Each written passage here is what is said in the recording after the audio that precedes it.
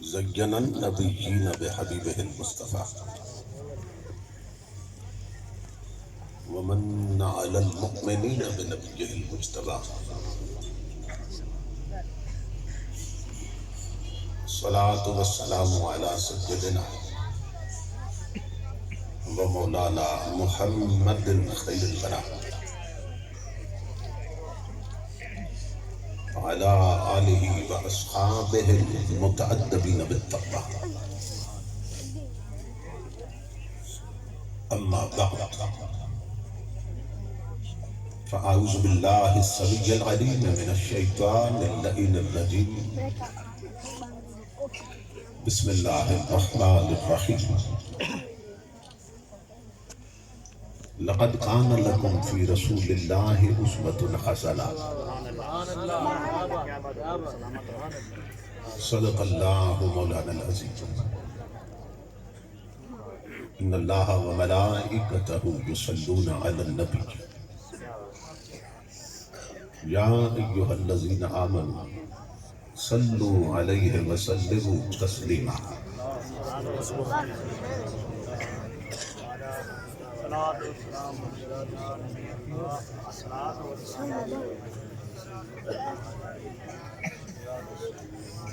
لائق سر احترام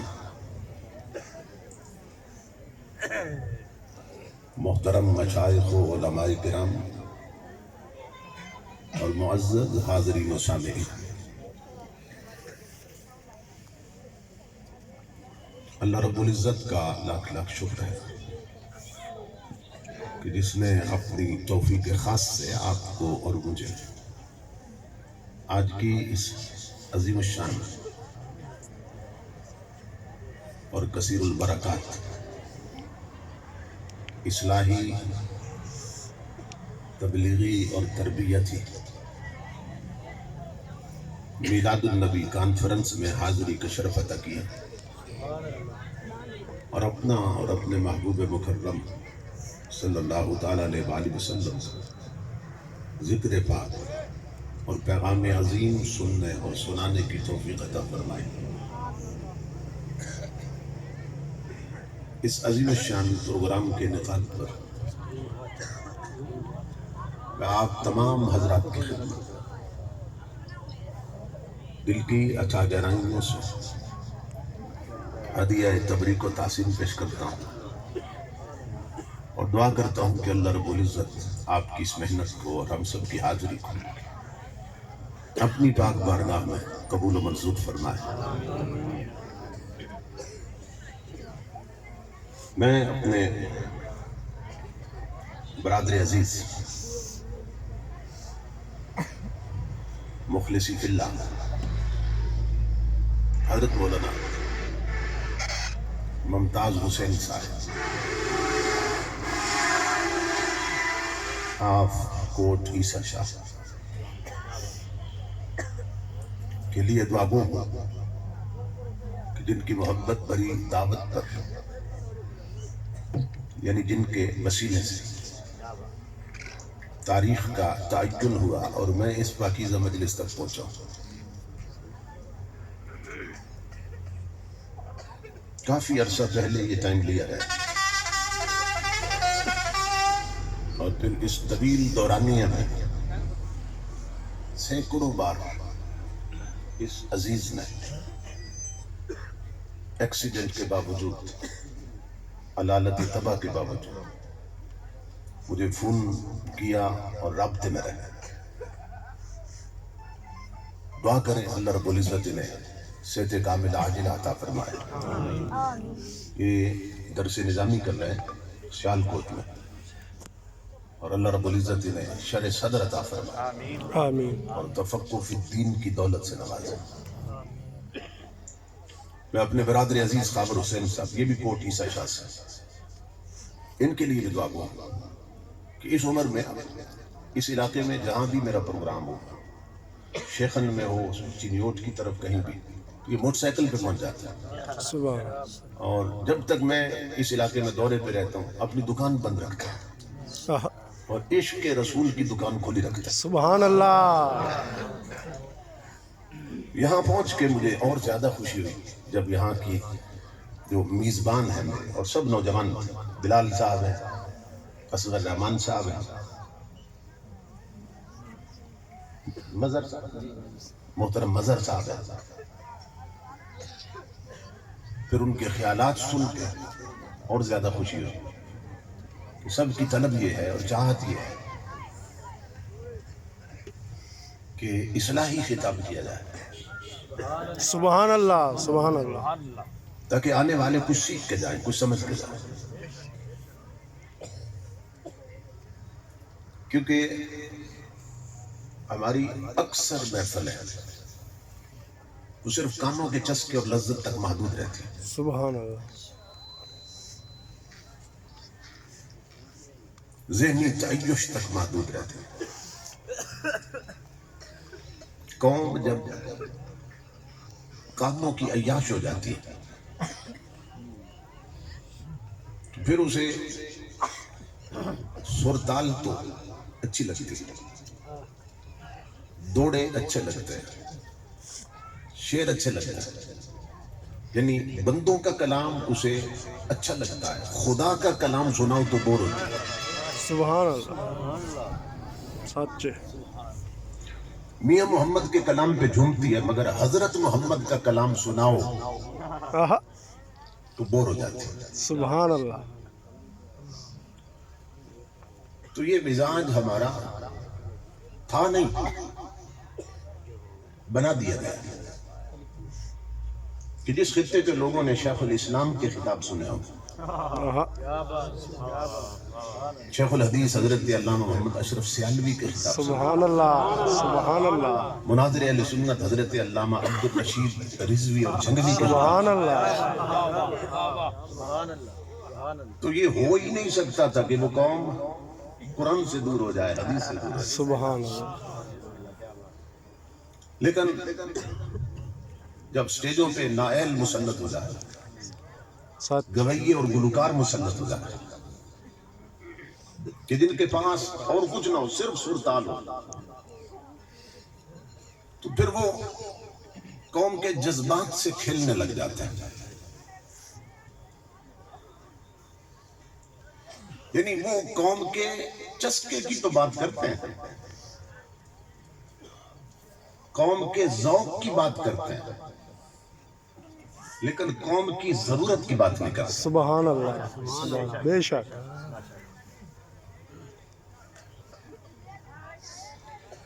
قرآن ہماری ضرورت ہے، حدیث ہماری ضرورت ہے، دین سمجھنا یہ ہماری ضرورت ہے. شعروں میں، ٹپوں میں، تلوں میں، دوڑوں میں سواد آتا ہے، کانوں میں چسکا بنتا ہے. لیکن نقصان کیا ہوتا ہے؟ میں اس پر ایک مثال دیتا ہوں کہ خشک روٹی ہوتی ہے نا، بالکل خشک روٹی جس کے نہ اندر گھی لگاؤ نہ باہر گھی لگاؤ. اب اس روٹی میں لذت اور چسکا زیادہ ہے یا چٹنی میں لذت اور چسکا زیادہ ہے؟ چٹنی میں چسکا زیادہ ہے، اور خشک روٹی میں وہ چسکا نہیں. اب کوئی بندہ یہ کہے بھئی چونکہ چٹنی میں لذت زیادہ ہے اور چسکا زیادہ ہے، اس لیے میں تو صرف چٹنی کھایا کروں گا اور روٹی چھوڑ دیں، تو 2-4 دن چٹنی کھائے گا، پھر چٹنی اسے کھا جائے گا، آہا، کیونکہ پیٹ ایسا خراب ہوگا کہ پھر قبر تک جا پہنچے گا. کیوں؟ اس لیے کہ چسکا چٹنی میں زیادہ ہے، مگر جسم کو طاقت روٹی دیتی ہے. سبحان اللہ، اسی طرح چسکا چہروں میں زیادہ ہے، دوڑوں میں زیادہ ہے، ٹپوں اور تلوں میں زیادہ ہے. لیکن اللہ کی عزت کی قسم تمہارے ایمان کو قوت نبی کا قرآن دیتا ہے، نبی کا فرمان دیتا ہے. سبحان اللہ، سبحان اللہ، سبحان اللہ، ایمان کی قوت، قلب و باطن کی قوت، روحانیت کی قوت وہ قرآن سے آتی یا حدیث سے آتی. سبحان اللہ،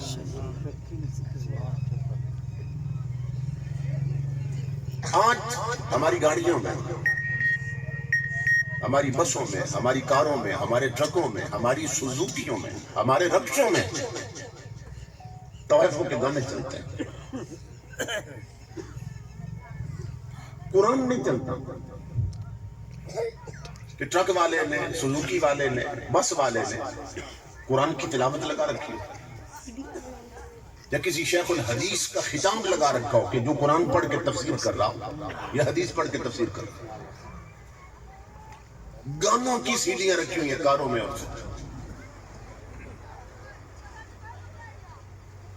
اور جس کا تھوڑا سا مزاج دینی ہوتا ہے نا، وہ کیا کرتا ہے، وہ بھی قرآن کی تلاوت نہیں سنتا، حدیث پر مبنی خطاب نہیں سنتا، وہ پھر کیا کرتا ہے، وہ گانے نہیں سنتا تو پھر قوالیاں سنتا ہے، سبحان اللہ، وہ قوالوں کی قوالیاں سنتا ہے۔ اور ہمارے ملک کے اکثر قوال ان کی قوالیوں میں کفر بھرا ہوا ہے، وہ اپنی قوالیوں میں کفر بکتے ہیں، پڑھتے ہیں۔ جنہوں نے وہ قوالیاں لکھی وہ تو لکھ کے کافر ہوئے نا، جنہوں نے وہ شاعری کی تھی وہ تو کر کے کافر ہوئے۔ میں مثالیں دیتا ہوں آگے آپ کو، سبحان کیوں میں اللہ، دلیل کے بغیر بات نہیں کرتا۔ سبحان اللہ، سبحان اللہ، پھر جن بد نصیبوں نے وہ کفر خرید لیا، وہ خرید کر کافر ہوئے، سن کر لوگ کافر ہوئے، اور انہیں معلوم ہی نہیں ہوا کہ ہم اپنا ایمان لٹا بیٹھے۔ سبحان اللہ، یہ دور کا المیہ ہے۔ ہمارے ملک کے دو بڑے قوال، بلکہ تین جو مسلط رہے، اب تینوں مر چکے، میں نام نہیں لیتے، لیکن تینوں میں سے جو ٹانپ پہ رہا عوام میں، اس کی ایک قوالی ہے، تم ایک گورکھ دھندا ہو، واہ، تم ایک گورکھ دھندا ہو۔ اور آپ جانتے ہیں کہ قوال ایک مصرع پکڑ لیتے ہیں پھر اسی کو ریپیٹ کرتے ہیں، پھر اس کے ہم نواں جو پیچھے ساتھ بیٹھے ہوتے ہیں پھر وہ بھی وہی پڑھنا شروع کر دیتے ہیں، 10 بار 20 بار پڑھتے ہیں۔ اب وہ گھنٹے کی قوالی ہے، 1.5 گھنٹے کی قوالی ہے، اب اس میں وہ بار بار یہ ریپیٹ کرتے ہیں سارے مل کر، تم ایک گورکھ دھندا ہو، تم ایک گورکھ دھندا ہو، اور آگے وہ واضح کفر بک رہا ہے، لیکن یہاں پر بھی کفر بک رہا ہے کہ اس نے گورکھ دھندا کس کو کہا؟ یہ جو تم کہہ رہا ہے، تم، یہ کس کو کہہ رہا ہے تم گورکھ دھندا ہو؟ تاجدار انبیاء کے غلاموں، وہ بد نصیب یہ بات خدا سے کر رہا ہے، استغفر اللہ، سبحان اللہ، وہ خدا کو کہہ رہا ہے تم ایک گورکھ دھندا ہو۔ اب لاکھوں نہیں کروڑوں لوگ پاکستان کے اس بدبخت نے کافر بنا دیے، کیونکہ انہوں نے وہ کفر سنا جہاں اس کی لائیو قوالیاں تھی اسٹیجوں پہ، وہاں لوگ اٹھے انہوں نے داد بھی دی کفر پر، امداد بھی دی، یعنی کفر کو پسند کیا۔ اور شریعت کا قانون ہے رضا بالکفر بھی کفر ہوتی ہے، اور تاجدار کائنات 15 صدیاں پہلے بتا کر گئے تھے سبحان اللہ، تاکہ لوگ اس حدیث کو یاد رکھیں اور بچ سکیں کفر سے۔ امام الانبیاء نے فرمایا سیاتی زمان علی امتی، میری امت پہ ایک وقت آنے والا ہے، یصبح الرجل مؤمنا ویمسی کافرا، یمسی مومنا ویصبح کافرا، بندہ صبح مومن ہوگا شام تک کافر ہو چکا ہوگا، استغفر، کیونکہ وہ کفر سن رہا ہوتا یا کفر بول رہا ہوگا یا کفر خرید رہا ہوگا۔ اور امام الانبیاء نے فرمایا شام کو مومن ہوگا صبح تک کافر ہو چکا ہوگا۔ صرف ایک مثال دے رہا ہوں نا آپ. ہمارے معاشرے میں کفر کئی انداز میں اپنایا جا رہا ہے. کفر کے کئی روپ ہیں جو لوگوں کو کافر بنا رہے ہیں. میں میاں والی جا رہا تھا خطاب کے لیے تو کوچ میں بیٹھا تھا. کوچ کے ڈرائیور نے یہ قوالی لگا دی کہ ہر دور میں نہ کوئی گانا ہٹ ہو جاتا ہے یا قوالی ہٹ ہو جاتی ہے. وہ جو ہٹ ہو جاتی ہے وہ پھر ایک ہی وقت میں پورے ملک میں ہر ہوٹل پہ اور گاڑیوں میں وہی پھر چلتی ہے. چند دن اس کو عروج رہتا ہے. تو ان دنوں میں وہ ہٹ ہوئی تھی. اور وہ قوالی کیا تھی؟ اب وہ پڑھ رہا تھا جب اس نے کیسٹ لگائی تو اس میں یہ شعر بھی تھا جو خالص کفر بک رہا تھا. وہ کہہ رہا تھا اللہ کہتا ہے میرے پلے میں وحدت کے سوا کیا ہے. اس قوالی کے بول یہ تھے کہ سونا اگل رہا ہے محمد کے شہر میں صلی اللہ علیہ وسلم. سونا اگل رہا ہے محمد کے شہر میں. اب اس میں وہ قوال پڑھتے پڑھتے کہتا ہے کہ اللہ فرماتا ہے میرے پلے میں وحدت کے سوا کیا ہے. جو کچھ لینا ہے لے لو جا کے محمد کے شہر میں صلی اللہ علیہ وسلم. سبحان اللہ. یعنی اللہ کو تو کنگال ثابت کر رہا ہے. اللہ کے پلے میں وحدت کے سوا کچھ بھی نہیں ہے. وحدت کا معنی ہے تنہائی، اکیلا ہونا. یعنی اللہ کے پاس اور کچھ نہیں ہے، صرف یہ ہے کہ وہ اکیلا ہے. اللہ کے پلے میں کچھ نہیں ہے. وہ بد نصیبو جس قوم کے رب کے پلے میں کچھ نہیں، اس قوم کے پلے میں کیا ہے؟ سبحان سبحان اللہ. اللہ سبحان اللہ. جو پوری کائنات کو پال رہا ہے، جس نے گندے پانی کے قطرے پر تیری تصویر کھینچی ہے. سبحان اللہ. بدبودار قطرے پر تیری تصویر کھینچی ہے. اس کے پلے میں وحدت کے سوا کچھ نہیں ہے. اب یہ بندے نے شعر لکھا ہے کفر بکا ہے. اور قرآن میں اللہ کیا فرما رہا ہے؟ بندہ تعارف کروا رہا ہے اللہ کے پلے میں وحدت کے سوا کچھ نہیں ہے. اور اللہ قرآن میں فرما رہا ہے اِن مِّن شَيْءٍ إِلَّا عِندَنَا خَزَائِنُهُ. تو کہتا ہے میرے پلے میں وحدت کے سوا کچھ نہیں ہے. سن نادان، ہر شے کے خزانے میرے قبضے میں ہیں. سبحان اللہ سبحان اللہ. سبحان اللہ. ہر شے کے خزانے میرے قبضے میں. قل اللہم مالک الملک تؤتی الملک من تشاء وتنزع الملک ممن تشاء وتعز من تشاء وتذل من تشاء. سبحان اللہ. اللہ ہی دیتا ہے، جس کو چاہے ملک دیتا ہے، مملکت دیتا ہے، جس کو چاہے عزت دیتا ہے، جس کو چاہے ذلت دیتا ہے. سب کچھ اللہ دیتا ہے. اور وہ بدبخت کہہ رہا ہے اللہ کے پلے میں وحدت کے سوا کیا ہے. تو پھر میں نے اس ڈرائیور کو سمجھایا. میں نے کہا نہ تو خود کافر بنو نہ سواریوں کو کافر کرو. بند کرو. امام الانبیاء کے غلاموں، ہماری گاڑیوں میں بھی کفر چل رہا ہے. ہمارے قوال کفر بک رہے ہیں. اکثر لوگ وہ کفر سنتے ہیں، انہیں معلوم ہی نہیں آنے والا ہمارا پیسہ ہی نہیں لے گیا، ہمارا ایمان بھی لے گیا. سبحان اللہ. اور یہ کفر ہے. ہم اپنی جہالت کی وجہ سے قبرستان میں اپنے مرنے والوں کی قبروں پر بھی لکھا ہے.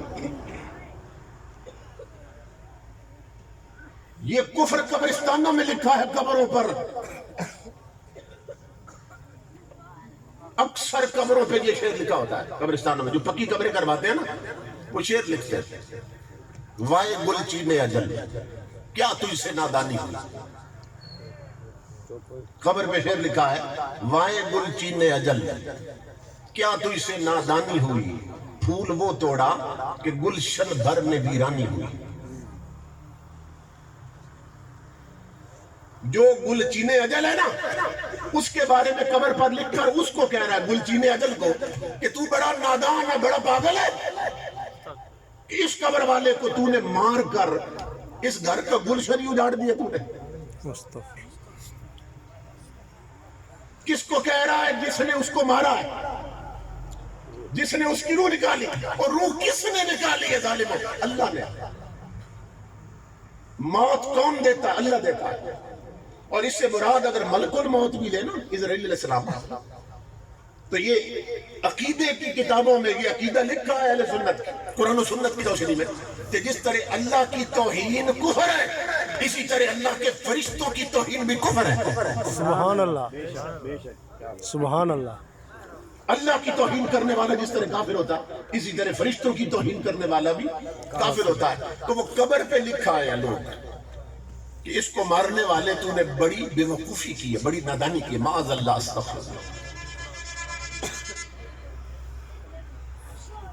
میرے آقا کے غلام ابھی معلوم نہیں ہمارا کیا حشر ہونے والا ہے قبرستانوں میں, کیونکہ ہم قبریں بھی بھول چکے, قبرستان بھی بھول چکے. اکثر قبرستانوں میں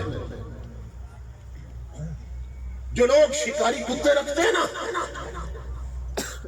وہ قبرستانوں میں بھی خرگوش کا شکار کھیلتے ہیں, شکاری کتے چھوڑ کے قبروں پہ.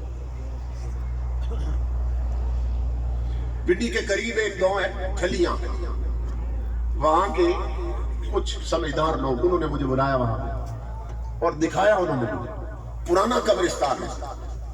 ان کے پردادا لکڑ دادا جو اوپر گزرے تھے پرانا قبرستان تھا اور نیا الگ بنایا تھا. تو پرانے قبرستان میں قبروں پر انہوں نے جانور باندھ رکھے تھے,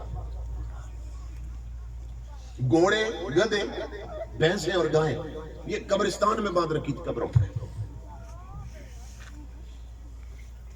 تو قبریں بھول گئے, ہم نے بھی تو قبروں میں جانا ہے. سبحان اللہ. قبرستان بھول گئے کہ ہم نے بھی تو قبرستان میں اترنا. تاجدار انبیاء کے غلام. تو یہ پرانے وقتوں کی بات ہے, اب معلوم نہیں کیا حشر ہونا. حضرت شیخ ابو بکر کتانی بہت بڑے اللہ کے ولی گزرے, کئی صدیاں پہلے گزرے. وہ فوت ہوئے تو انہیں قبرستان میں نا جگہ خالی تھی, وہاں دفن کیا گیا, ان کی قبر بنائی گئی. تو ایک اللہ کے دوسرے ولی فرماتے ہیں کہ کافی عرصے بعد وہ مجھے خواب میں ملے, حضرت شیخ ابو بکر کتانی.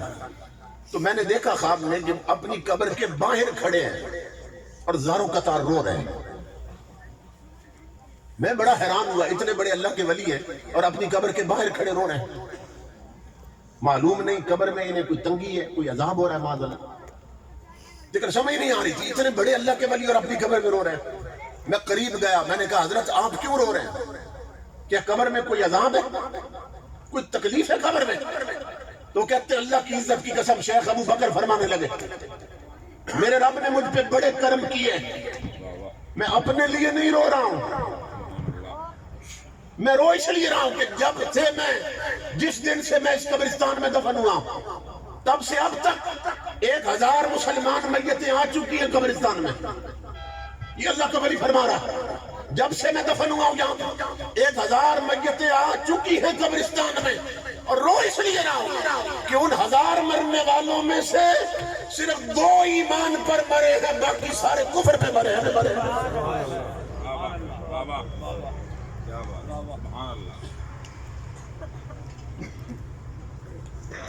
ایمان کی فکر کرو لوگوں, تم جتنا بھی بھاگو ان قبروں سے بچ نہیں سکتے جن کو تم بھول چکے ہو.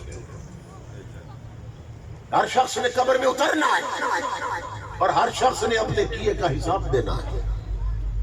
معلوم نہیں ہمارے ساتھ کیا بیتنے والی. اپنے قبرستانوں کا دھیان رکھنا, قبرستانوں کا دھیان تو وہ رکھے جو قبرستان جاتا ہو دعا کے لیے.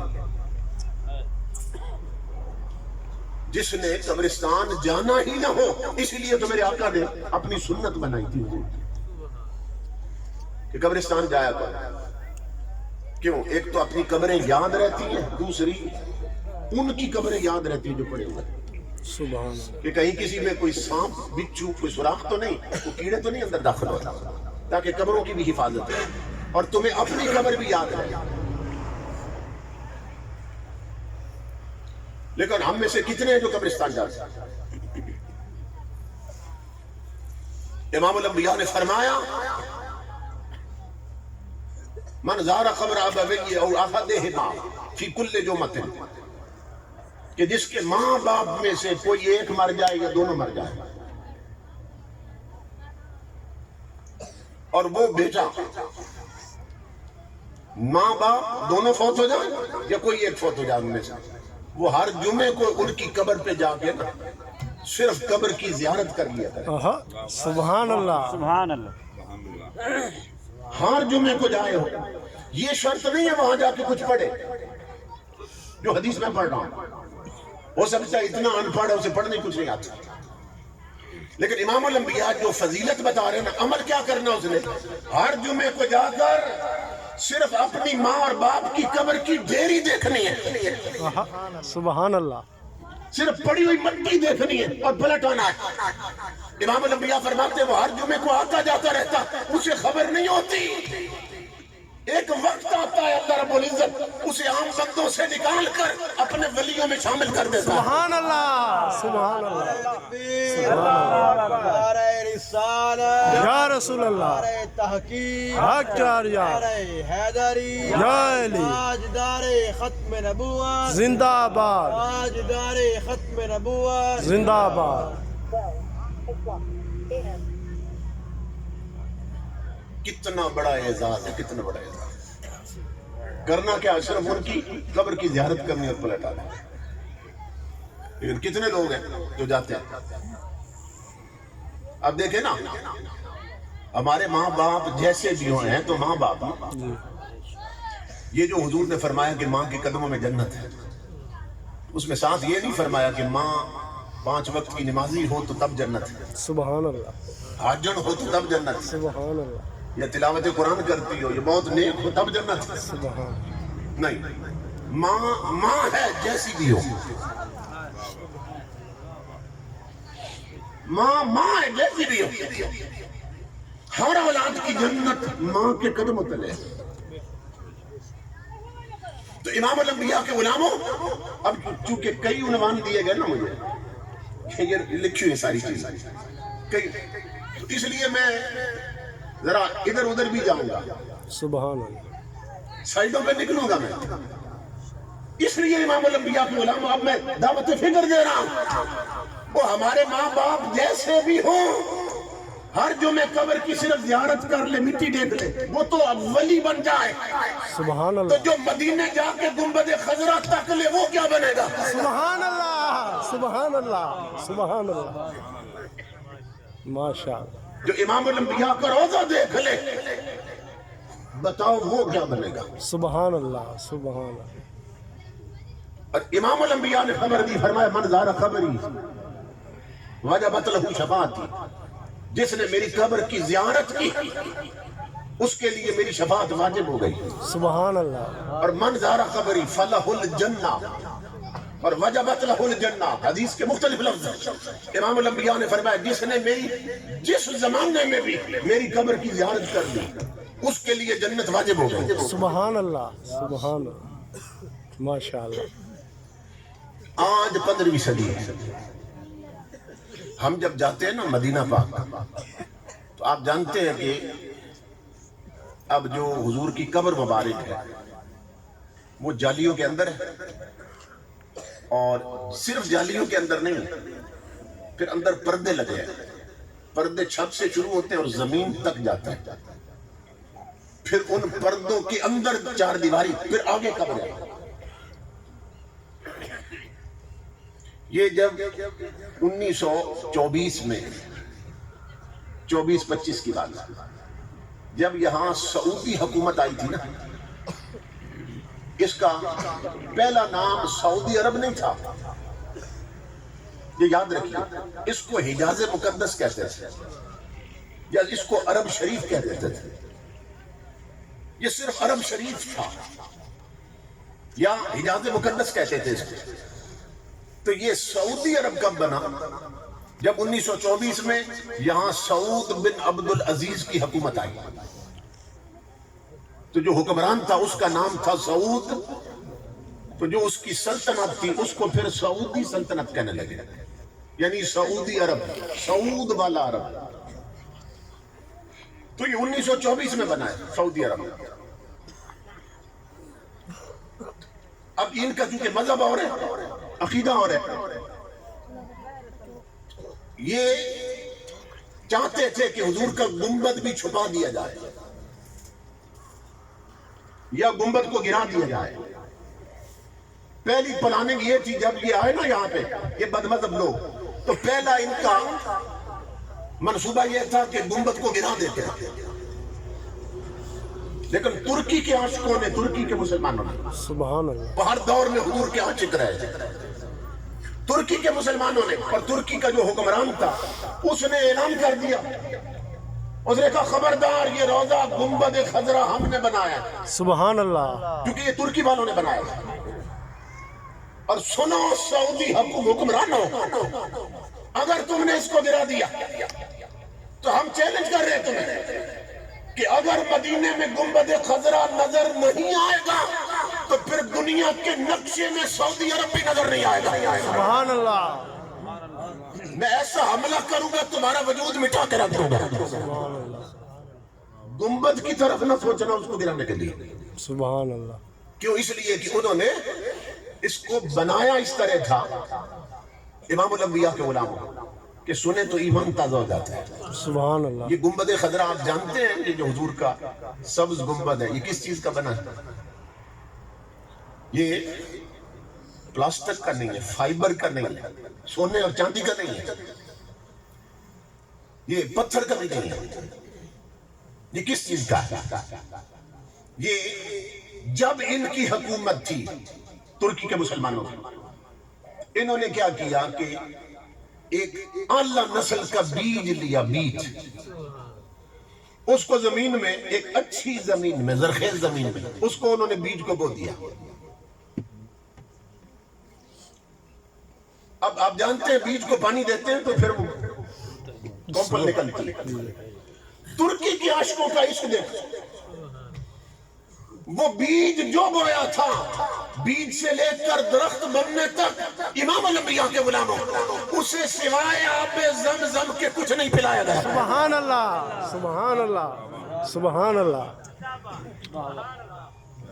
صرف آب زمزم، زمزم کا پانی، وہ بیج پیتا رہا، پورا درخت بن گیا۔ سبحان اللہ، اس درخت کو کاٹ کر پھر اس کے پھٹے بنائے گئے، سبحان ان پھٹوں کو جوڑ کر پھر گنبد خضرا بنایا۔ سبحان اللہ، اور جو گنبد کے بعد مسجد بنی ہے، پرانی مسجد آج بھی موجود ہے، پرانی بلڈنگ جو انہوں نے بنائی ہے نا، وہ الگ سے محسوس ہوتی ہے۔ اگر آپ دیکھیں پرانی بلڈنگ، اب انہوں نے پیٹ کر کے اس کا رنگ بدل دیا ظالموں نے۔ جو پرانی بلڈنگ ترکیوں نے بنائی تھی، گنبد یوں بنایا تھا، اور مسجد نبوی جو بنی تھی امام الانبیاء کے غلاموں، ترکی والوں نے معصوم حافظ قرآن بچے تیار کر لیے جو ہزاروں کی تعداد میں تھے، وہ بچے بٹھا دیے اور انہیں بتایا کہ مسجد نبوی کی ہر اینٹ بعد میں لگے گی، ہر اینٹ پر ختم قرآن پہلے ہوگا۔ سبحان اللہ، سبحان اللہ، ماشاء اللہ، تو پرانی مسجد میں جتنی اینٹیں لگی ہوئی ہیں نا، ہر اینٹ پر قرآن کا ختم پڑا گیا۔ سبحان اللہ، سبحان یہ ایک اللہ، الگ تاریخ ہے، اگر میں بیان کرنے لگ جاؤں رات ہی گزر جائے۔ سبحان اللہ، تو ترکی والوں نے یوں بنایا تھا۔ تو جب ان کی حکومت آئی بدمذہب لوگوں کی، جب سے سعودی عرب آئی، عجیب بات ہے، عقیدہ ان کا کیا ہے؟ 11ویں پر غوث اعظم کا نام آئے تو کہتے ہیں 11ویں حرام ہو گئی، میلاد کی نیاز پر حضور کا نام آئے تو کہتے ہیں حرام ہو گئی۔ اور ظالموں، تم نے عرب پر سعودی نام لگا کے پورا ملک ہی حرام کر دیا۔ یہ سعود اللہ کا نام ہے، یہ تو اس حکمران کے نام پر تم نے پورا ملک اعلان کر دیا کہ اس کے نام پہ سعودی عرب۔ انہوں نے کیا کیا کہ وہ گنبد تو نہ گرا سکے، پھر انہوں نے جو جالیاں تھی نا ان کے اندر پردے لٹکا دیے تاکہ حضور کی قبر کوئی نہ دیکھ سکے، قبر مبارک نظر نہ آئے کسی کو۔ تو اب مسئلہ یہ پیدا ہوا کہ جو سنی جاتے ہیں حضور کے شہر میں، وہ تو جاتے ہی حضور کے لیے، سبحان اللہ، سبحان اللہ، وہ تو جاتے ہی حضور کے لیے۔ اللہ نے یار کا ڈیرا اپنے ڈیرے سے الگ بنائی اس لیے سبحان اللہ، پہچان ہو سکے، مکے میں اللہ کا گھر ہے، کعبہ شریف اللہ کا گھر ہے، سبحان اللہ، 300 میل دور یار کا ڈیرا بنایا۔ آہا، فرمایا میرے حبیب تیرا روضہ یہاں بھی بن سکتا تھا مکے میں، لیکن جو لوگ حج کرنے آتے نا وہ پھر تیرے روزے کی زیارت حج کے طفیل میں ہو جاتی کہ حج کرنے آئے تھے، اصل مقصد حج تھا، تو طفیل میں تیرے روزے کا چکر بھی ہو جاتا۔ فرمایا میں اپنا ڈیرا الگ تیرا الگ رکھوں گا تاکہ میرے لیے الگ سفر کرے، تیرے لیے الگ سفر کرے۔ سبحان اللہ، سبحان اللہ، سبحان اللہ، سبحان اللہ، سبحان اللہ، ماشاء اللہ، اللہ اکبر، یا رسول اللہ، تحقیق حق جاریہ، حیدری یا علی، حیدری یا علی، اہل سنت زندہ آباد، اہل سنت زندہ آباد، تاجدار ختم نبوت، زندہ آباد، تاجدار ختم نبوت، زندہ آباد، حیدری۔ یا علی، ماشاء اللہ، ماشاء اللہ، ہمارے خطیب پاکستان حضرت علامہ محمد شریف نوری قصوری رحمۃ اللہ علیہ گزرے، میرے بڑے بھائی جان صاحبزادہ محمد ابو بکر چشتی صاحب بیان کرتے ہیں، میں تو ان کی زیارت نہیں کر سکتا لیکن بھائی جان نے زیارت و ملاقات کی، تو وہ فرمایا کرتے تھے، بہت بڑی چوٹی کے عالم بھی تھے اور خطیب بھی، فرمایا کرتے تھے کہ میں مینا میں حج پہ گیا تو مینا میں خیمے لگتے ہیں نا حاجیوں، تو میں اپنے خیمے میں بیٹھا تھا، 7 خیمے میں پاکستان کی 2 عورتیں آپس میں بحث کرنے لگی، سبحان اللہ، وضو کر رہی تھی اور بحث کر رہی تھی، میں نے کان لگایا کہ یہ کیا بات کر رہی تھی، تو ایک عورت دوسری سے پوچھ رہی تھی کہ تو نے مکہ بھی دیکھا اور مدینہ بھی دیکھا، ایک دوسری سے پوچھ رہی تھی تو نے مکہ بھی دیکھا مدینہ بھی دیکھ چکی، سبحان اللہ، تو بتا ان دونوں میں سے اچھا کون لگا تم، سبحان اللہ، زیادہ پیارا کون لگا؟ کہتے ہیں میں سوال بڑا نازک تھا، میں نے پورے کان لگا دی، میں نے کہا آپ اگلی کیا کہتی ہیں؟ تو وہ دوسری عورت کہنے لگی، اس نے کہا تو نے سوال بڑا نازک کی، میں عالم تو نہیں ہوں، توبہ توبہ مجھ سے کہیں غلطی نہ ہو جائے، سبحان اللہ، میں توبہ کرتی ہوں اگر غلطی ہو جائے، لیکن تو نے مجھ سے پوچھا تو میں تمہیں بتاتی ہوں میرا دل کیا کہتا ہے۔ اس نے کہا اللہ کی عزت کی قسم میں نے مکہ بھی دیکھا ہے مدینہ بھی دیکھا ہے، لیکن میں اس نتیجے میں پہنچی ہوں کہ خدا کا گھر تو مکے میں ہے مگر رہتا وہ بھی مدینہ میں ہے۔ سبحان اللہ، سبحان اللہ، سبحان اللہ، سبحان اللہ، ماشاء اللہ، ماشاء اس اللہ، لیے کہ جو سکون، جو لذت، جو جلوے، جو جمال، جو حسن، جو خوشبو مدینہ میں ہے وہ کہیں نہیں ہے۔ سبحان اللہ، سبحان اللہ، سبحان اللہ، ماشاء اللہ، سبحان اللہ، مدینے دی مٹی ہے جگ نالو مٹھی، انہاں کو نہ پوچھو جنہ جا کے ڈٹھی، سبحان اللہ، سبحان اللہ، کیا خبر دنیا کا۔ سبحان اللہ، امام الانبیاء کے غلاموں جب ان کی حکومت آئی انہوں نے آگے نا پردے ڈال دیے کہ حضور کی قبر نہ دیکھ سکے، تو علماء کے ہاں پھر بحث چلی کہ اب حضور کی خوشخبری کس کے لیے تھی کہ جو میری قبر کی زیارت کر لینا اس کے لیے جنت واجب ہوگا۔ اب قبر تو انہوں نے چھپا دیے پردے لٹکا کے، اب جو جاتے ہیں کیا ان کے لیے بھی یہ خوشخبری ہے کہ نہیں ہے؟ قبر تو نظر نہیں آتی، اب تو جالیاں نظر آتی، زیادہ کوشش کرے تو پھر پردے نظر آتے ہیں۔ اب کیا ہے تو علماء نے لکھا، تمام علماء نے کہ جو لوگ مدینے گئے ہی حضور کے لیے تھے اور کیا لے رہے تھے انہوں نے مدینے میں، وہ گئے ہی حضور کے لیے تھے، انہیں قبر نظر آئے نہ آئے جنت ان پہ واجب ہو گئی۔ سبحان اللہ، سبحان اللہ، سبحان اللہ، سمجھ رہے؟ اب سنو جو نقطہ میں سمجھانے لگا، میرے آقا کے غلاموں، ہم جیسے گناہگار لوگ، ہم جیسے کمینے اور پاپی لوگ آج 15ویں صدی میں صرف روضہ رسول کو تک لیں، صرف جالیوں کو دیکھ لیں، صرف گنبد کو دیکھ لیں تو جنتی ہو جائیں۔ سبحان اللہ، ماشاء اللہ، آج 15ویں صدی میں جس روضے کو تکنے والے جنتی بنتے ہیں، 15 صدیوں سے اندر لیٹنے والے کیا بنے ہوئے؟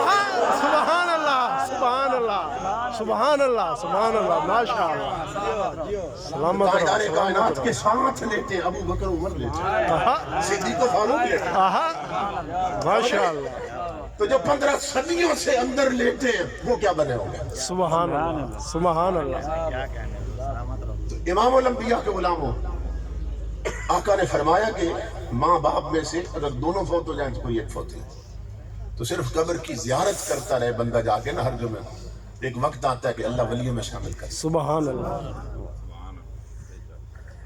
اس لیے ماں باپ کی قبر کی زیارت کیا کریں. سبحان اللہ. سبحان اللہ. اور چونکہ جمعہ کا فرما اس لیے جمعہ کو جائے گا.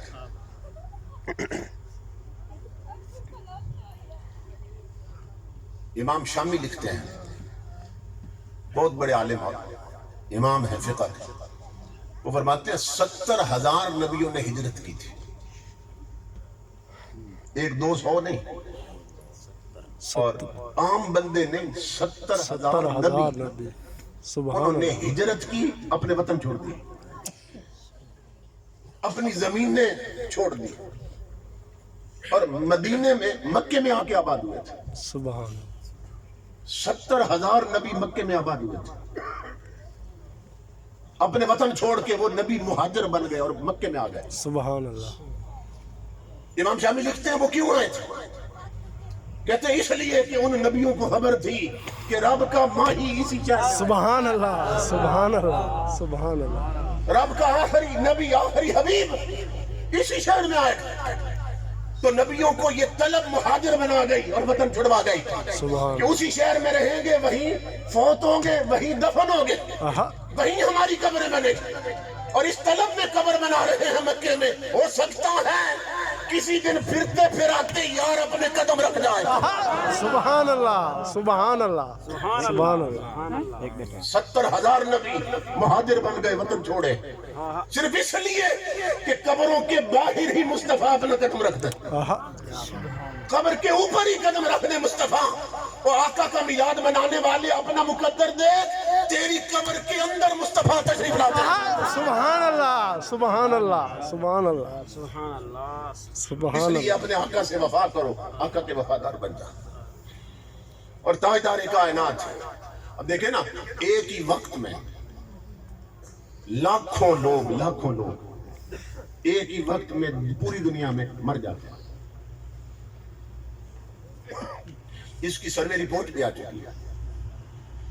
ایک وقت تھا، ایک سروے رپورٹ کے مطابق انہوں نے بتایا کہ 6 لاکھ بندے صرف 1 سیکنڈ میں پوری دنیا میں مر جاتے ہیں. سبحان اللہ. 1 سیکنڈ کے اندر پوری دنیا میں 6 لاکھ بندے مرتے ہیں. اور امام الانبیاء کے غلاموں، وہ 6 لاکھ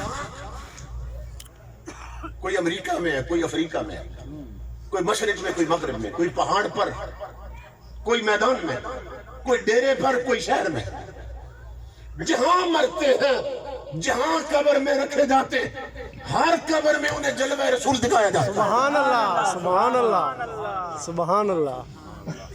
ہر قبر میں حضور جلوہ گر ہوتے ہیں. ماشاء اللہ. تو ایک ہی وقت میں لاکھوں بندے قبر میں اترتے ہیں، اور ایک ہی وقت میں سارے حضور کی زیارت کر رہے ہیں. سبحان اللہ. سبحان اللہ. امام الانبیاء یہ جانتے ہیں کہ میرے امتیوں کے گھر کہاں پہ ہیں اور میرے غلاموں کی قبریں کہاں. آہا. آہا. سبحان اللہ. سبحان اللہ. گھر میں ہو تو گھر پہنچ جاتے ہیں، قبر میں ہو تو قبر میں پہنچ جاتے ہیں. سبحان اور اللہ. ممتاز قادری جیسا جیل میں ہو تو جیل میں پہنچ جاتے ہیں. سبحان اللہ. سبحان اللہ. اپنے آقا کے وفادار بن جاؤ، حضور سے ایسا تعلق جوڑو کہ دنیا کی طاقت اس تعلق کو ختم نہ کر سکے. سبحان اللہ. میرے آقا کے غلاموں، یہ جو اتنا چراغاں کر رکھا ہے، یہ تو ہماری خوشی ہے نا، ہمیں حضور مل گیا. یہ جو بینر لگا رکھے ہیں، اور یہ جو جھنڈے لگا رکھے ہیں، اور یہ جو سٹیج سجا رکھا ہے، تو یہ سارا کچھ کیوں ہے؟ اس خوشی میں کہ حضور آ گئے، سبحان اللہ. آقا تشریف لائے.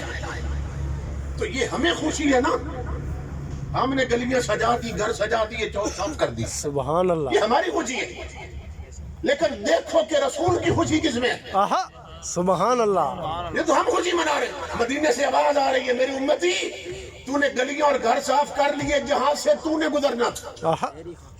گھر صاف کر لیے جہاں تو نے ٹھہرنا تھا. مگر 50 سال تیری عمر ہو گئی، ابھی تک تو وہ دل پاک نہ کر سکا جہاں میں نے اترنا تھا. سبحان اللہ. سبحان اللہ. ابھی تک سبحان وہ اللہ. آنکھیں پاک نہ کر سکا جنہیں میں نے جلوہ دکھانا تھا. سبحان اللہ. سبحان اللہ. تیری آنکھیں فلمیں ماشاء دیکھتی اللہ. ہیں، ڈرامے دیکھتی ہیں، بے حیائی کے منظر دیکھتی ہیں، طوائفوں کا رقص اور ڈانس دیکھتی ہیں. وہ آنکھیں پاک کر انہیں تو میں نے جلوہ دکھانا ہے، دل پاک کر میں نے اسے اپنا ڈیرا بنانا ہے۔ سبحان اللہ، سبحان اللہ، سبحان اللہ، کسی عارف نے بڑی مزے کی بات کی ہے، وہ کہتا ہے ہر بندے کی طلب ہے کاش میں مدینے چلا جاؤں، سبحان اللہ، کاش میں روزے پہ چلا، ہر بندے کی طلب ہے نا، کیونکہ وہاں حضور ہے، مدینے میں حضور ہے، روزے میں حضور ہے، اس لیے ہر مسلمان چاہتا ہے کاش ایک بار ہی میرا پھر ہو جائے مدینے۔ آہا، تو اللہ کے ولی فرماتے میں تجھے اس سے بھی بڑی بات بتاتا ہوں، اس سے بڑی بات وہ کیا؟ وہ فرماتے فکر کر تعمیر دل کی، وہ یہیں آ جائیں گے۔ سبحان اللہ، سبحان اللہ، کیا تو بات، اس دل کے ویڑے کو یار کے آنے کے قابل تو بنا، سبحان اس اللہ، میں جھاڑو تو دے، آہا، اسے خواہشوں اور نفسیات سے پاک تو کر، پھر کیا ہوگا؟ فکر کر تعمیر دل کی، وہ یہیں آ جائیں گے، اور بن گیا جس دن مکان خود ہی مکی آ جائیں گے۔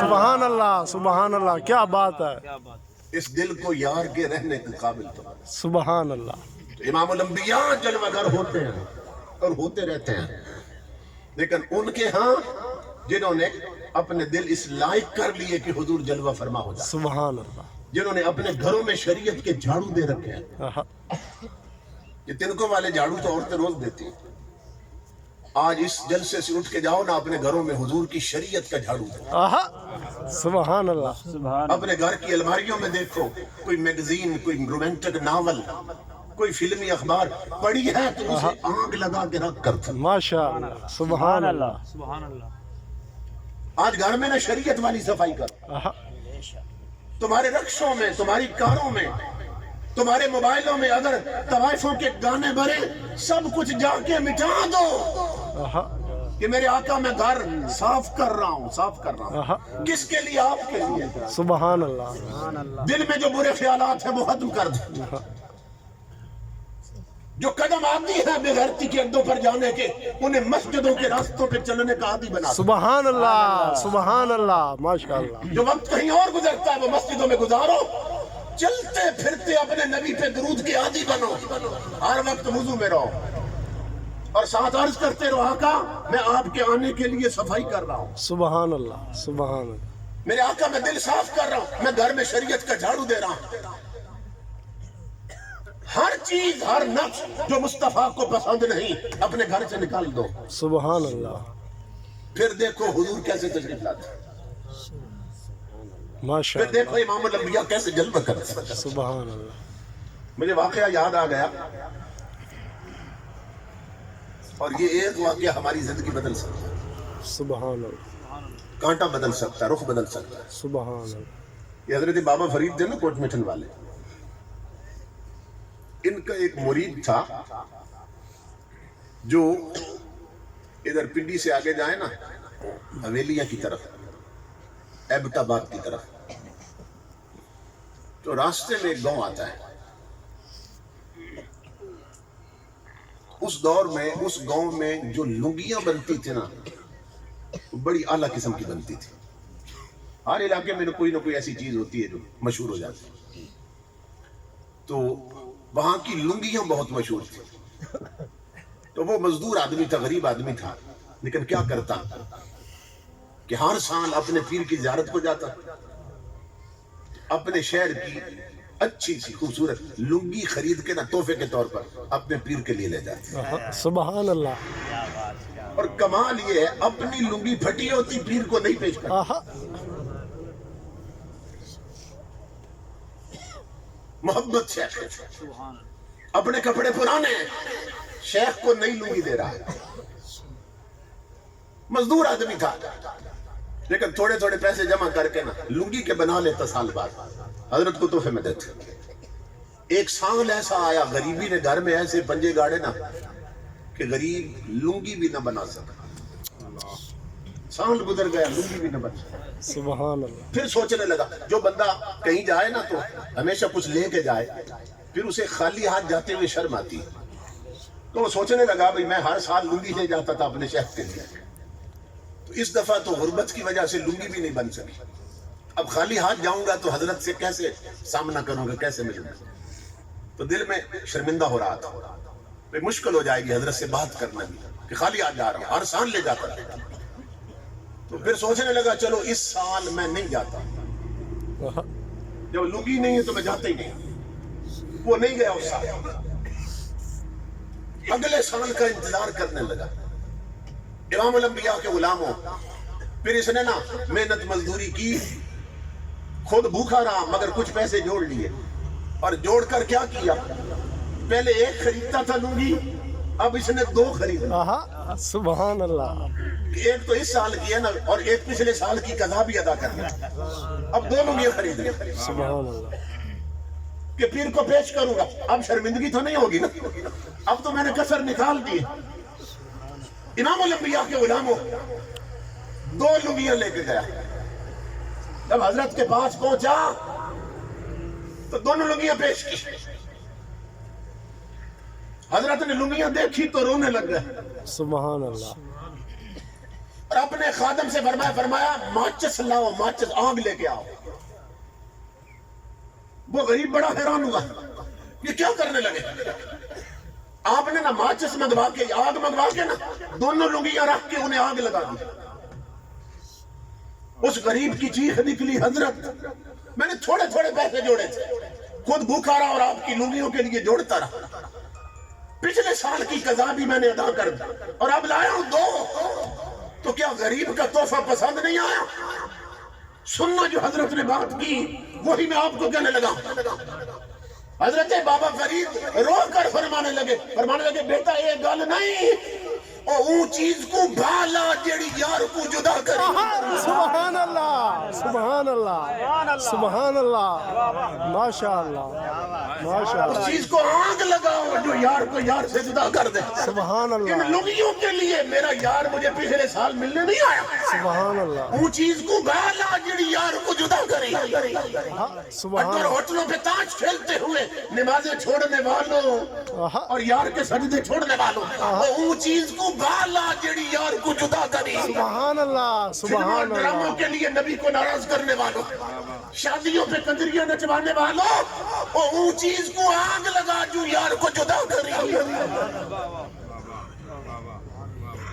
خدا کے لیے اپنے پھٹے بدلو، اپنا رخ بدلو، اور امام الانبیاء کے ساتھ ایسے جڑ جاؤ کہ نہ کوئی کسی کی دھمکی تمہیں جدا کر سکے، نہ کوئی لالچ تمہیں غیر رسول سے جدا کر سکے، اور اس طرح جڑ جاؤ گے تو اللہ کی عزت کی قسم کھلی آنکھوں سے دیکھو گے مدینے سے خیرات کیسے آتی ہے۔ سبحان اللہ، سبحان، تاجدار انبیاء کا فیض آج بھی جاری ہے، حضور آج بھی اپنے غلاموں کو نوازتے ہیں۔ سبحان اللہ، کمی وہاں نہیں ہے، کمی یہاں آ گئی ہے، ہماری ڈوریاں کچی ہو گئی مدینے کے ساتھ۔ سبحان اللہ، تاجدار کائنات کا فیض تو آج بھی ساری ساری۔ امام الانبیاء کے غلاموں، آج صرف مرد نہیں، عورتیں بھی گمراہی کی اور بے حیائی کی ایسی دلدل میں پھنس چکی ہیں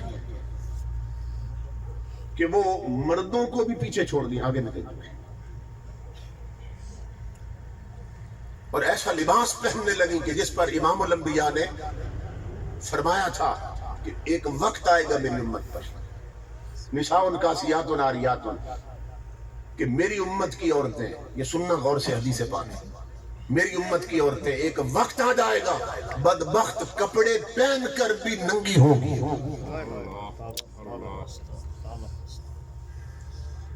دیکھیں لفظوں پہ غور کریں کہ کپڑے پہن کر بھی ننگی ہوں گی، یہ نہیں فرمایا اتار کر، کیونکہ اتار کر تو ہر کوئی سمجھتا ہے کہ ننگی ہوگی۔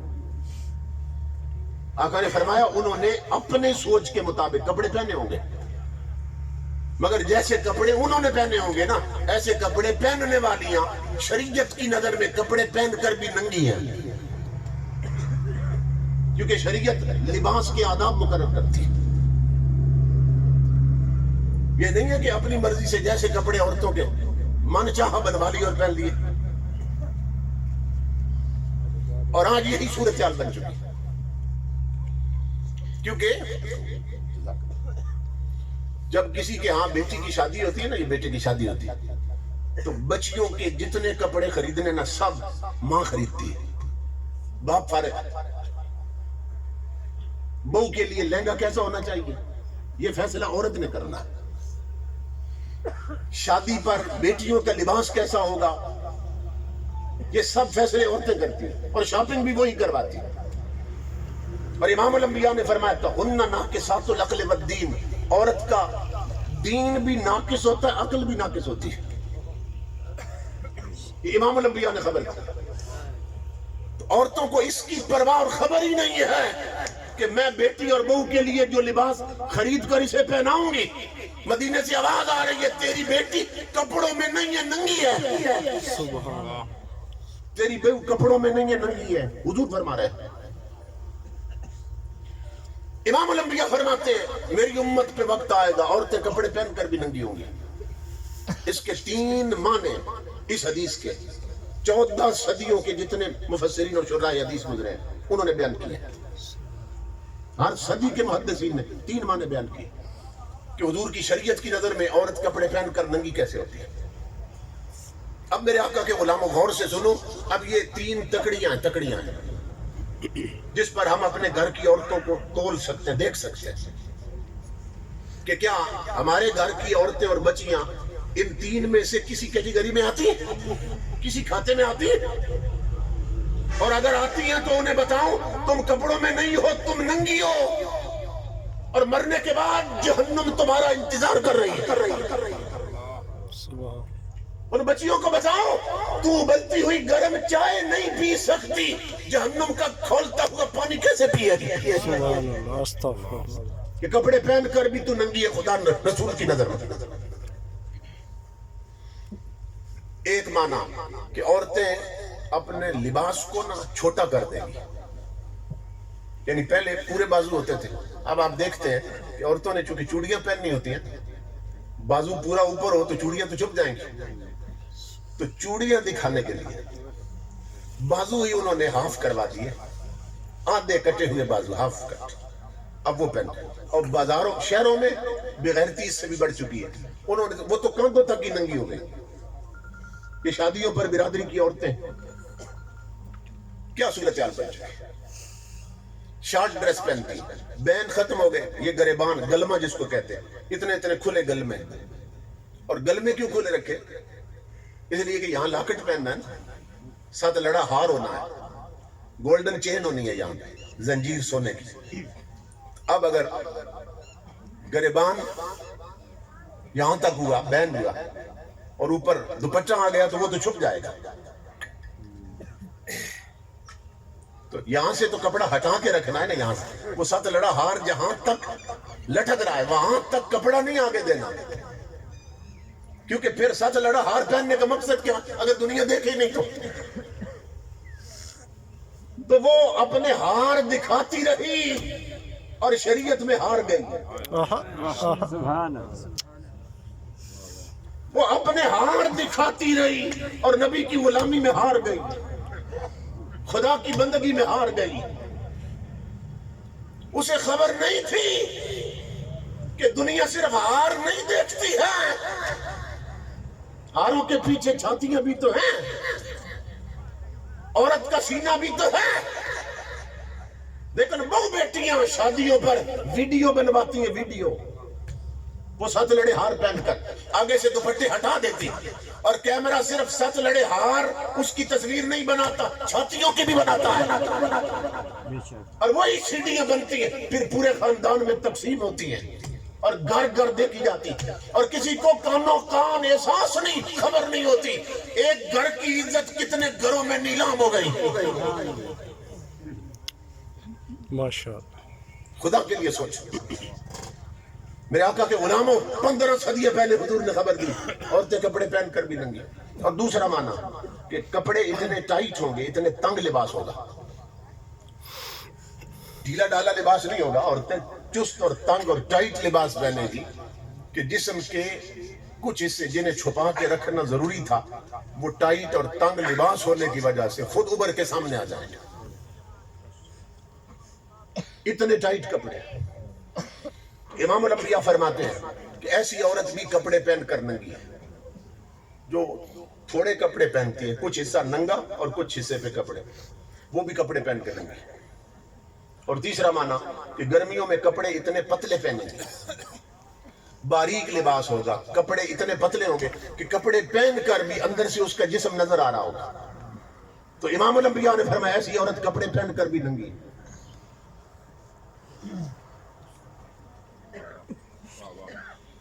ایک اللہ کے ولی سے بیٹی نے پوچھا تھا، اللہ کے ولی سے، کہ بابا جی مجھے بتائیں میں اپنے کتنے جسم کے حصے کا پردہ کروں. آج بدبخت اینکرز بیٹھتے ہیں مختلف چینلوں پر، ٹی وی کے چینل پر، اور بھونکتے ہیں اسلام کے خلاف اور کہتے ہیں کہ اسلام میں عورت کے چہرے کا کوئی پردہ ہی نہیں ہے.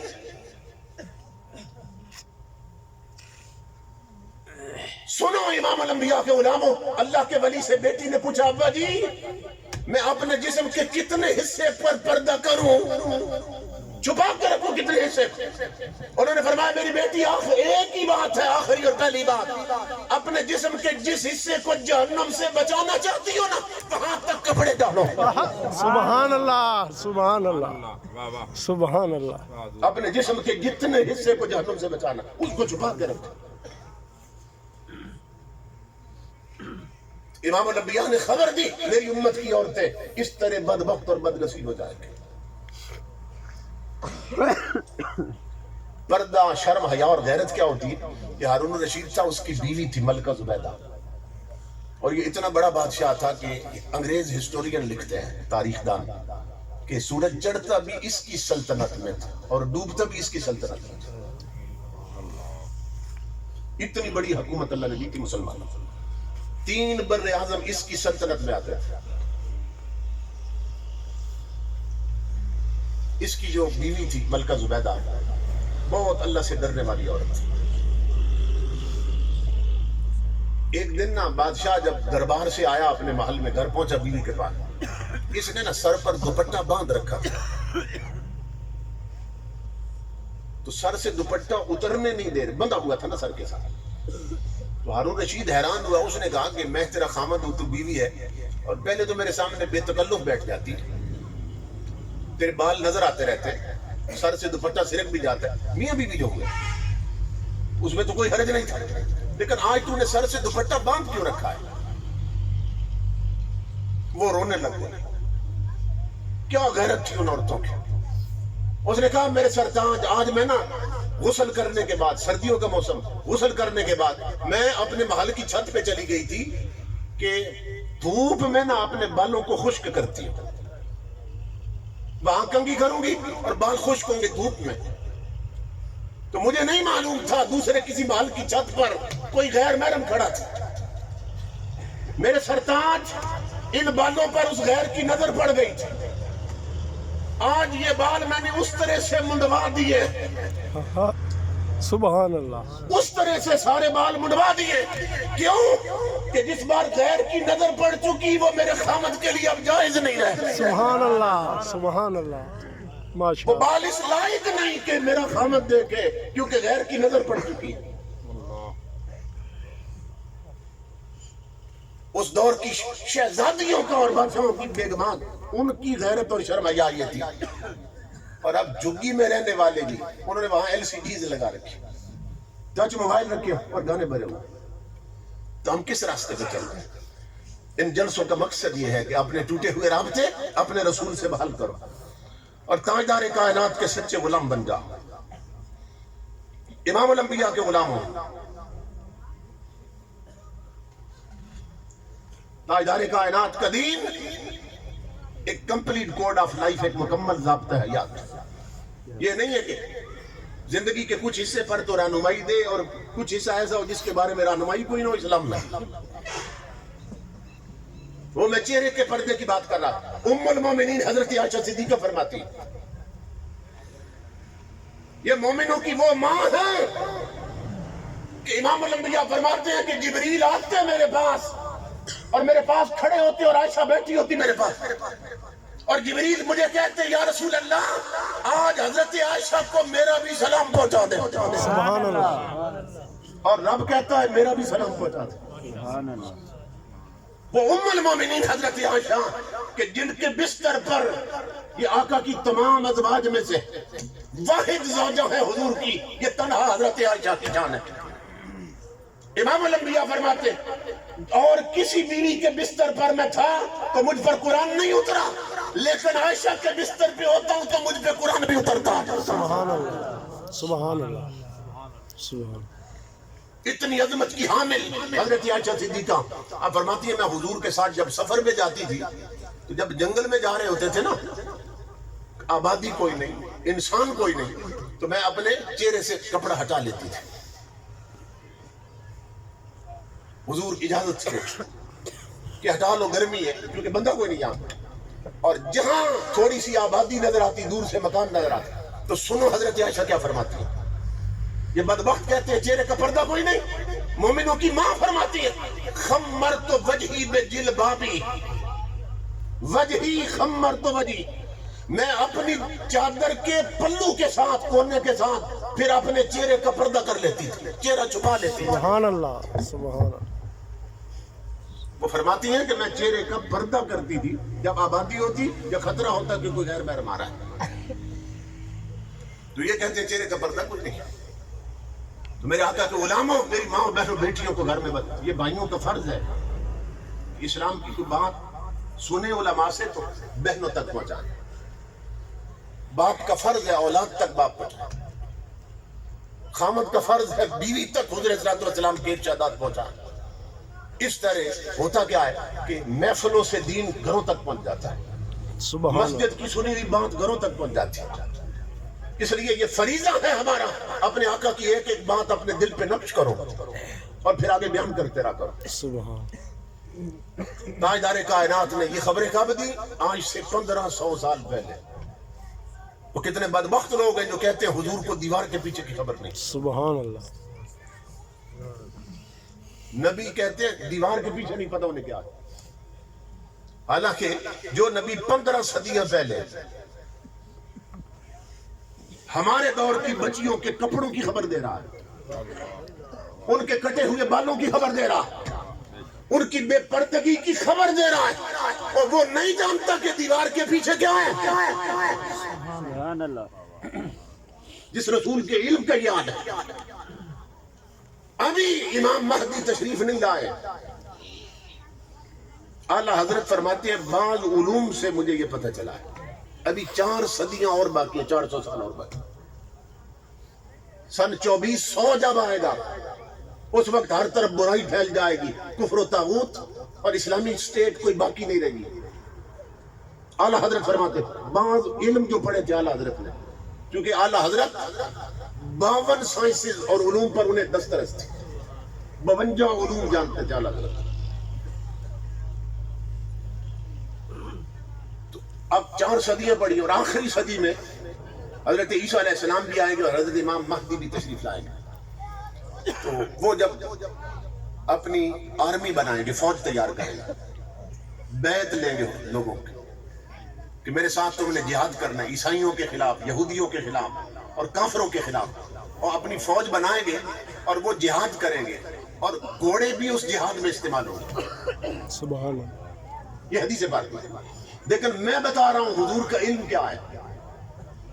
تمہارے میرے نبی فرماتے ہیں وہ جو آخری صدی میں، اس کے بعد پھر قیامت، آقا فرماتے ہیں وہ جو جہاد کریں گے نا مجاہد، انی لعارف اسماءہم واسماء آبائہم والوان خیولہم، امام الانبیاء فرماتے ہیں میں ان مجاہدوں کے نام بھی جانتا ہوں، میں ان کے ماں اور باپ کا نام بھی جانتا ہوں۔ سبحان اللہ۔ اور تمہارے میرے نبی فرماتے ہیں جن گھوڑوں پر وہ جہاد کریں گے میں ان گھوڑوں کے رنگ بھی پہچانتا ہوں۔ سبحان اللہ، سبحان اللہ، سبحان اللہ۔ تو تصور کرو نبی کا علم کہاں تک ہے، آہا، جو گھوڑوں کے رنگ بھی پہچانتے، سبحان اللہ۔ وہ امتی کا ڈھنگ نہیں جانتے، آہا، انہیں نہیں خبر کہ امت کیا کر رہی ہے۔ تو تاجدار انبیاء نے خبر دی میری امت پہ یہ وقت آنے والا ہے اور میری امت میں یہ خرابیاں ہوں گی، اور اس میں امام الانبیاء نے ایک خبر یہ بھی دی تھی کہ طلاق عام ہو جائے گی، گھر اجڑنے لگ جائیں گے۔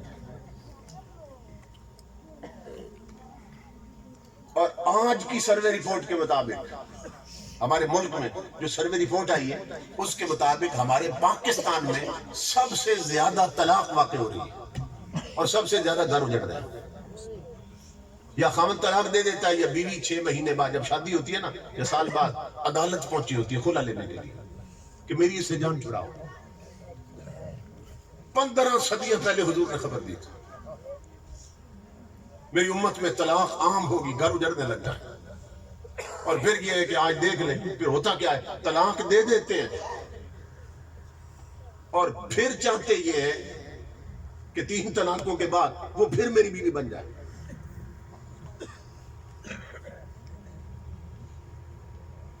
شریعت نے جو طلاق دینے کا طریقہ رکھا ہے, جو ترتیب رکھی ہے, اس کو چھوڑ دیا. اکٹھی 3 طلاقیں دی اور پھر چلے گئے سیال شریف مفتی صاحب کے پاس اور پھر جا کے بتاتے کیا ہیں جی میں نے 3 طلاقیں دے دی. اور اگلی بات کیا کریں گے جی میں بڑے غصے میں تھا اس وقت. یعنی یہ ساتھ بتائیں گے کہ میں غصے کی انتہا تھی اس وقت, میں بڑے غصے میں تھا اس وقت جب میں نے طلاق دی. بس شاید کوئی گنجائش نکل آئے. تو اللہ کے بندے طلاق ہوتی ہی غصے میں, کبھی پیار میں بھی طلاق ہوئی ہے. سبحان اللہ. کبھی آپ کو بہت پیار آ جائے بیوی پر اور کہے آج تو بہت پیاری لگ رہی ہے اس لیے میں تجھے طلاق دیتا ہوں. اور پاگلو طلاق تو ہوتی غصے میں. ایک غلط کام کرتے ہو پھر غلط طریقے تلاش کرتے ہو کہ وہ پھر میرے لیے حلال ہو جائے. تو امام الانبیاء نے فرمایا جو طلاق کو کھلونا بنا لے, جو شریعت کے اس اجازت کے ساتھ کھیلنے لگ جائے اور وہ ترتیب چھوڑ دے جو قرآن نے بتائی اور یوں طلاق دے جیسے قرآن منع کر رہا ہے, حدیث منع کر رہی, اور پھر چاہے کہ حلالہ کروا کے میں اس کو پھر حلال کر رہا ہوں. امام الانبیاء نے فرمایا ایسا حلالہ کرنے والے پر بھی لعنت, کروانے والے پر بھی لعنت. سبحان اللہ, سبحان اللہ. اس لیے خدا کے لیے شریعت کا راستہ مت چھوڑو. اللہ کے رسول نے جو ترتیب بنا دی, جو گائیڈ لائن دے دی, جو شریعت کا راستہ مقرر ہے اس سے ادھر ادھر نہ جاؤ ورنہ کٹ جاؤ گے. حضرت شاہ نصیر الدین نصیر فرمایا کرتے آپ فرماتے تھے ٹکر نہ لے نبی کی شریعت سے ہوش کر,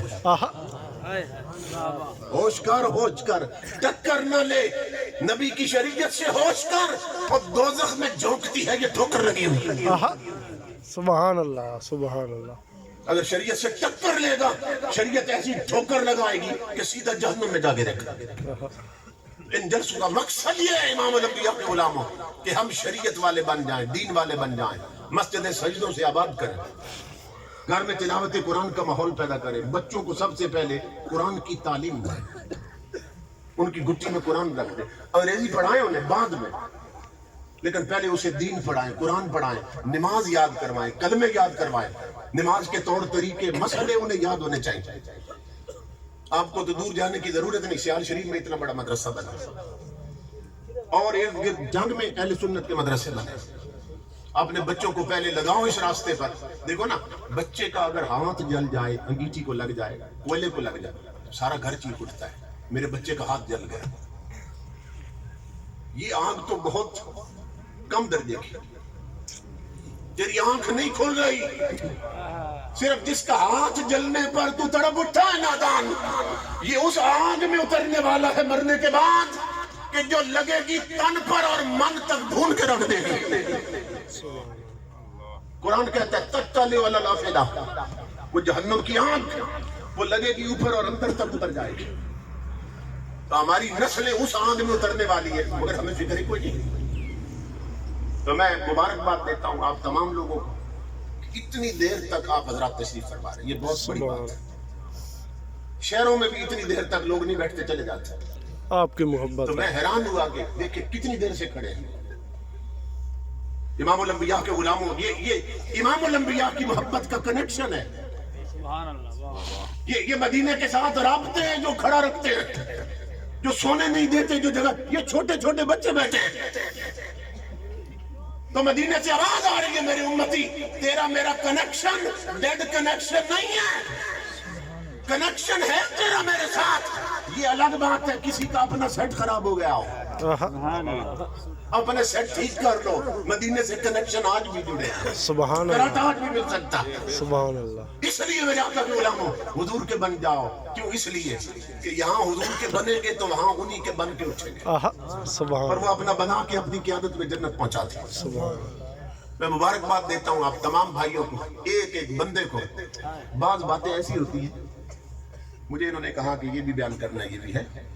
بعض باتیں ایسی ہوتی ہیں کہ اگر میرے بس میں ہو نا, میرے اختیار میں ہو, تو میں ہر بندے کے کانوں کے ساتھ منہ رکھ کے وہ بات کروں. سبحان اللہ کچھ ایسی ہوتی ہیں اسٹیج پہ نہیں کرنے والی, لیکن ایسا ممکن نہیں ہے. پھر مجھے مجبور ہو کر وہ باتیں سپیکر پہ کرنی پڑتی ہیں, ساؤنڈ پہ کرنی پڑتی ہیں, تاکہ کسی طریقے سے بات حضور کی پہنچ جائے.